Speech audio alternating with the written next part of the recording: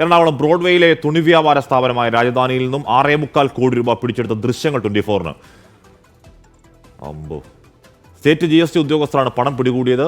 ഉടമയെ അറസ്റ്റ് ചെയ്യാത്തതിൽ ഉന്നത ഇടപെടൽ നടന്നിട്ടുണ്ടെന്നാണ് ആക്ഷേപം. അതിന്റെ ദൃശ്യങ്ങളാണ് പ്രേക്ഷകർ കാണുന്നത്. എസ് ശ്യാംകുമാർ വിവരങ്ങൾ വെച്ചിരുന്നു. ശ്യാം, അട്ടിയടക്കി വെച്ചേക്കല്ലേ പച്ച നോട്ട്?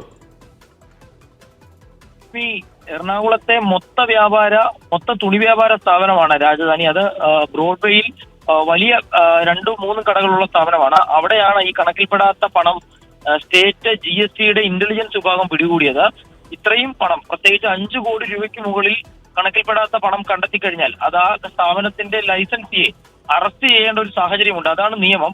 പക്ഷെ ഇവിടെ സ്ഥിതി വ്യത്യസ്തമാണ്. ഈ സംഭവം ഉണ്ടായി ദിവസങ്ങൾ കഴിഞ്ഞിട്ടും ഈ പണം പിടികൂടിയിട്ടും ഈ ഉടമയെ അറസ്റ്റ് ചെയ്യുകയോ അതിന്റെ അടുത്ത നടപടികളിലേക്ക് പോവുകയോ ചെയ്തിട്ടില്ല. ഇതിലാണ് വലിയ പരാതികൾ ഉയരുന്നത്. ചെറിയ കേസുകളിൽ പോലും GST വകുപ്പ് ആളുകളെ പിഴ ഈടാക്കുകയും അറസ്റ്റ് ചെയ്യുകയും ചെയ്യുമ്പോഴാണ് ഇത്രയധികം, ഏകദേശം 6,75,00,000 രൂപയുടെ നോട്ടുകളാണ് കാണുന്നത്.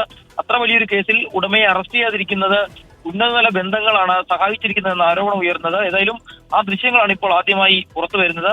6,75,00,000 രൂപയാണ് അവിടെ കണക്കിൽപ്പെടാതെ GST ഉദ്യോഗസ്ഥർ പിടികൂടിയത്. ഇന്നും അവിടെ പരിശോധനകൾ തുടരുകയാണ്. ഈ 6.5 കോടി എന്ന് പറയുന്നത് വലിയ തുകയല്ലേ ശ്യാം? എത്ര വലിയ ഷോപ്പാണെന്ന് പറഞ്ഞാൽ പോലും ഇപ്പോൾ 6.5 കോടി ഇവിടെ കണക്കിൽപ്പെടാതെ വന്നത് എങ്ങനെയാണ് എന്നതിനെക്കുറിച്ച് GST ഉദ്യോഗസ്ഥർ വല്ലതും പറയുന്നുണ്ടോ? പക്ഷേ ഈ അന്വേഷണവുമായി ബന്ധപ്പെട്ട് കൂടുതൽ വിവരങ്ങളൊന്നും GST ഉദ്യോഗസ്ഥർ പുറത്തുവിട്ടിട്ടില്ല. കാരണം ഇത് അന്വേഷണ ഘട്ടത്തിലാണ് എന്നുള്ളതാണ് അവർ പറയുന്നത്. സ്വാഭാവികമായും ഇതിന്റെ ഈ പണത്തിന്റെ ഉറവിടം ഹാഷ്മി ചോദിച്ച പോലെ തന്നെ 6,75,00,000 ഒരു ചെറിയ തുകയല്ല. അതുകൊണ്ട് തന്നെ അതിന്റെ ഉറവിടം സംബന്ധിച്ചുൾപ്പെടെ അന്വേഷണത്തിലാണ് എന്നുള്ളൊരു മറുപടി മാത്രമാണ് ലഭിക്കുന്നത്.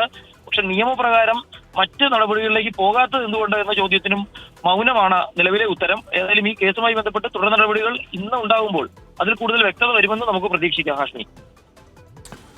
എസ് ശ്യാംകുമാറാണ് ആ വാർത്തയുടെ വിവരങ്ങൾ നൽകിയത്. 6.5 കോടിയാണ് പിടികൂടിയത്. അപ്പോൾ അതിൻ്റെ ഉടമ ഇതുവരെ അറസ്റ്റിലായിട്ടില്ല. അപ്പോൾ എന്താണ് ഒരു മെല്ലപ്പോക്ക് ഉടമയുടെ കാര്യത്തിൽ എന്നുള്ള കാര്യത്തിൽ ചോദ്യങ്ങൾ ഉയരുന്നുണ്ട്. അതിൽ മറുപടി നമ്മൾ പ്രതീക്ഷിക്കുന്നുമുണ്ട്.